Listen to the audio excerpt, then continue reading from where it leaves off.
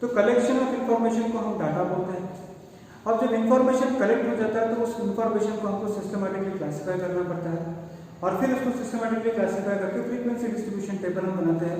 उसके बाद हम डाटा को प्रेजेंट करते हैं। तो अब उसी कड़ी के अंदर और एक प्रॉब्लम हम आपके सामने यहाँ पर दे रहे हैं, जैसे वैल्यू ऑफ पाई। अगर आपको पता है तो मैंने आपको बताया था कि value of pi is non terminating, non recurring और वो इरैशनल होता है।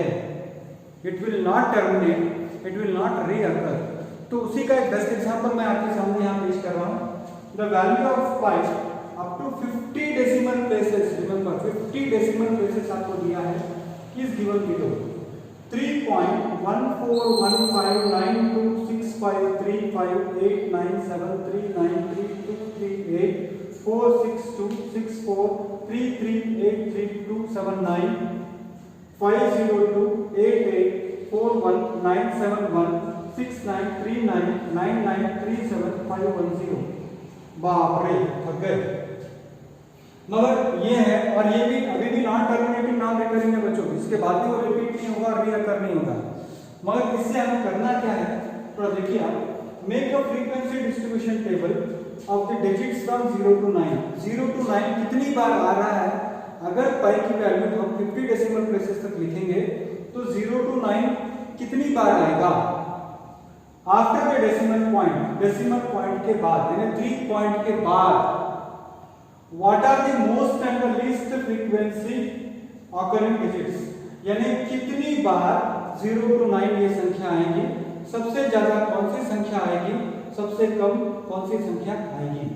तो हमने यहां पर क्या किया, 0 लिखा, 1 लिखा, 2 लिखा, 3 लिखा, 4 लिखा, 5 लिखा, 6 7 8 9।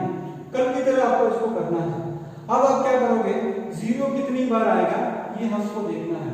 तो देखिए, जैसे उदाहरण के तौर पे मैंने यहाँ पर आपको बताया कि 0 1 और 2 बार आ रहा है, तो आप यहाँ पर क्या करोगे, फ्रीक्वेंसी में आप लिखोगे 0 2 बार आ रहा है। 1 कितनी बार आ रहा है, 1 2 3 4 और 5 बार आ रहा है। तो 1 आ रहा है 5 बार। उसके बाद 2 कितनी बार आ रहा है, 1 2 3 4 और 5, यानी 2 इज रिपीटिंग 5 टाइम्स। उसी तरह से आपको क्या करना पड़ेगा, 3 कितनी बार आ रहा है डेसिमल पॉइंट के बाद। तो बच्चों, उम्मीद करता हूं कि इतनी सारी गिनती तो आपको आती होगी, तो आप इसको गिनिए 3 कितनी बार आ रहा है। देखिए यहां पर गिनते जाओ, 1 2 3, इस तरह से गिनो, 4 5 6 फिर 7, और ये कितनी बार आता है, 3 8 बार आ रहा है। तो यहां पर आप लिखिए 3 कितनी बार आ रहा है, 8 बार आ रहा है। नेक्स्ट आप क्या करोगे, 4 कितनी बार आ रहा है, अब गिनो 4 कितनी बार आ रहा है। अब यहाँ कलर आपके पास हमने अलग अलग कलर कॉम्बिनेशन में यूज किया। देखिए आप यहाँ पर 1 2 3 4, यानी 4 इज रिपीटिंग 4 टाइम्स। फिर उसके बाद उसी तरह से आपको गिनती करना है, 5 कितनी बार आ रहा है, 5 आ रहा है 5 टाइम। आप बोलोगे सर आपने डायरेक्ट कैसे लिख दिया, बच्चों इतना गिनती तो आपको आता होगा, गिनिए ना यहाँ पर कितनी बार है 5 1 2 3, इस तरह से आप गिनो, आपको पता चलेगा कि 5 जो है 1 2 3 4 5 5 बार आ रहा है। तो उम्मीद करता हूँ इतनी गिनती तो आपको आती है। नेक्स्ट अब हमको देखना है 6 कितनी बार आ रहा है। तो 6 हमें देखो, आप गिनोगे तो इसके अंदर अगर आप 6 गिनते जाओगे तो 6 आ रहा है हमारा 4 टाइम्स आ रहा है। उसके बाद ऐसे आप गिनोगे तो पाई के अंदर 7 कितनी बार आ रहा है। तो 7 आप इसको गिनो, 7 कितनी बार आ रहा है, हमको देखना है कि 7 हाउ मेनी टाइम्स आ रहा है। तो गिनिए बच्चों, देखिए आप आंखें खोल के देखिए और 7 आप देखोगे कि आप यहाँ दिखाई दे रहा है कि साफ 1 2 3 4 बार दिखाई दे रहा है आपको 7। तो 7 कितनी बार आ रहा है, 4 बार आ रहा है। फिर हमें देखना है 8 कितनी बार आ रहा है। तो गिनिए आप, 8 आ रहा है हमारा 5 दफा, हमारा 8 आ रहा है, तो 8 आएगा 5 दफा। फिर उसके बाद 9 कितनी बार आ रहा है, 9 आ रहा है 8 बार। आप बोलोगे सर गिन के दिखाइए ना, बच्चों इतना तो आप गिन लीजिए। सिंपल सी बात है, आपको गिनना है how many times 0 is there, how many times 1 is there. यानी इसका मतलब ये होता है कि 0 से लेके 9 तक आप लिखोगे, अगर पाई की वैल्यू 50 डेसिमल प्लेस तक आप लिखोगे और 0 से लेके 9 तक संख्याओं को आप लिखोगे तो उसके अंदर आपको 50 डेसिमल प्लेसेस तक ये संख्याएं आपको उतनी बार मिलेगी। और नेक्स्ट क्वेश्चन आपको क्या पूछा है इसके अंदर, what are the most and the least frequently occurring digit, सबसे ज्यादा कौन सा है, मोस्ट कौन सा है। आप देखिए यहाँ पर मोस्ट कौन सा दिख रहा है आपको, यहाँ पर आप देख सकते हैं यहाँ पर 3 जो है वो ज्यादा बार है। 3 कितनी बार आ रहा है, 8 बार आ रहा है। 9 कितनी बार आ रहा है, 8 बार आ रहा है। सो मोस्ट बार जो नंबर आ रहा है वो है मोस्ट अकरिंग, मोस्ट अकरिंग है, मोस्ट अकरिंग, मोस्ट रिपीटिंग आप बोल सकते हो। मोस्ट अकरिंग में आता है 3 and 9, सबसे ज्यादा बार आ रहा है 3 और 9। सबसे कम बार कौन सा आ रहा है, 0, 0 is repeating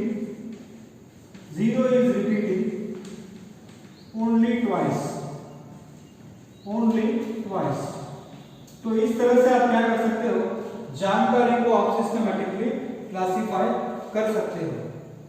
नेक्स्ट क्वेश्चन आता है, नेक्स्ट क्वेश्चन को कैसे करेंगे हम देखेंगे। A study was conducted to find out the concentration of sulfur dioxide in the air in parts per minute बोलते हैं उसको, parts per इसमें आता है, ppm बोलते हैं उसको, of a certain city.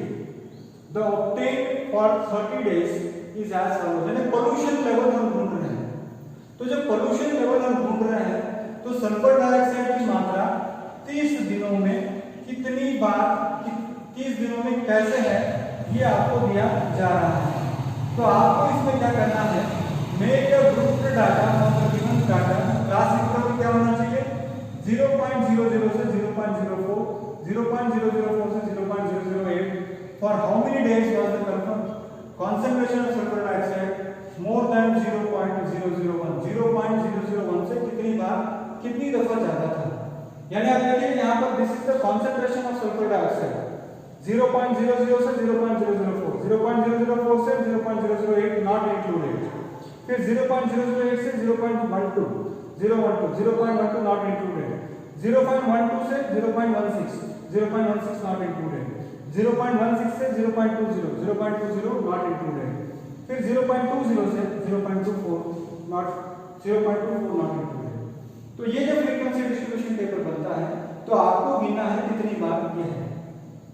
तो अब इसको गिनना शुरू कर दीजिए बच्चों, 0.00 से 0.004 तक कितनी संख्याएं ऐसी है।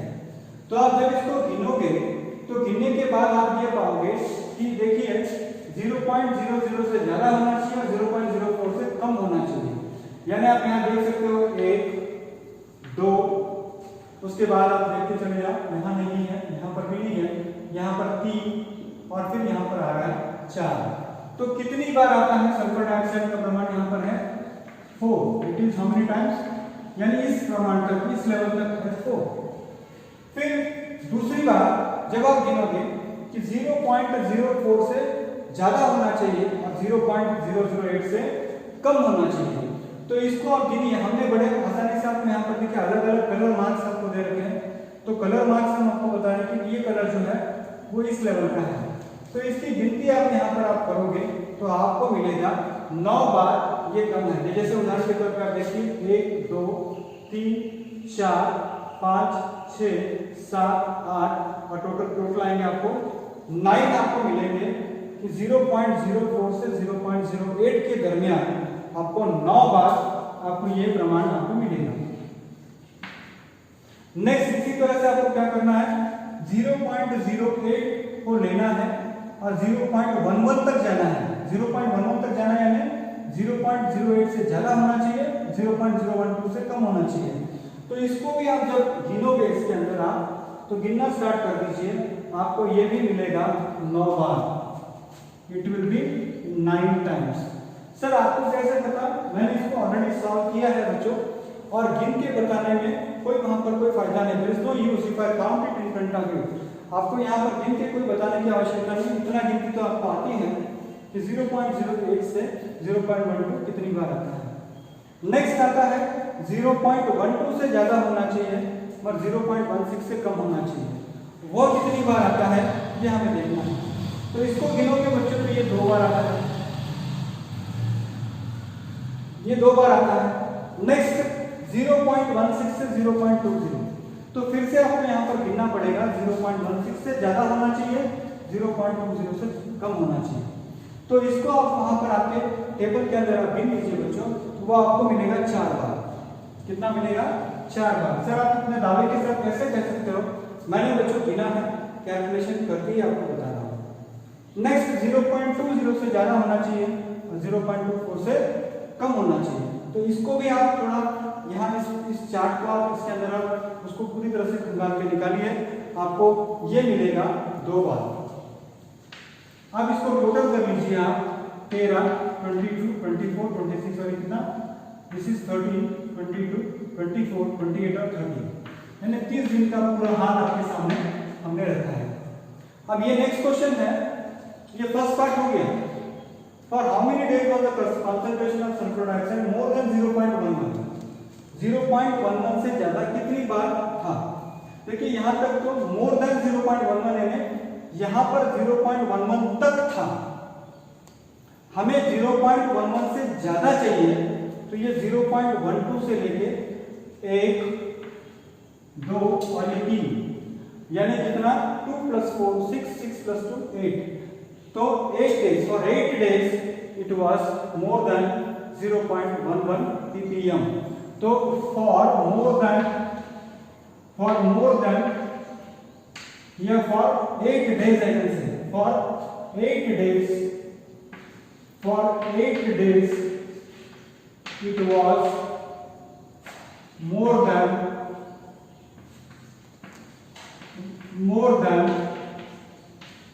0.11 ppm। तो इस तरह से बच्चों किसी भी जानकारी को आप फ्रीक्वेंसी डिस्ट्रीब्यूशन टेबल में कन्वर्ट कर सकते हो। ये है आपका अनग्रुप डाटा, ये भी आपका अनग्रुप डाटा है। जब उस डाटा को आप सही दिशा दोगे तो उसकी दशा भी बदलेगी। If it is put in a proper form then definitely it can be read in a proper way. So this is the group data that is there. So this completes the problem.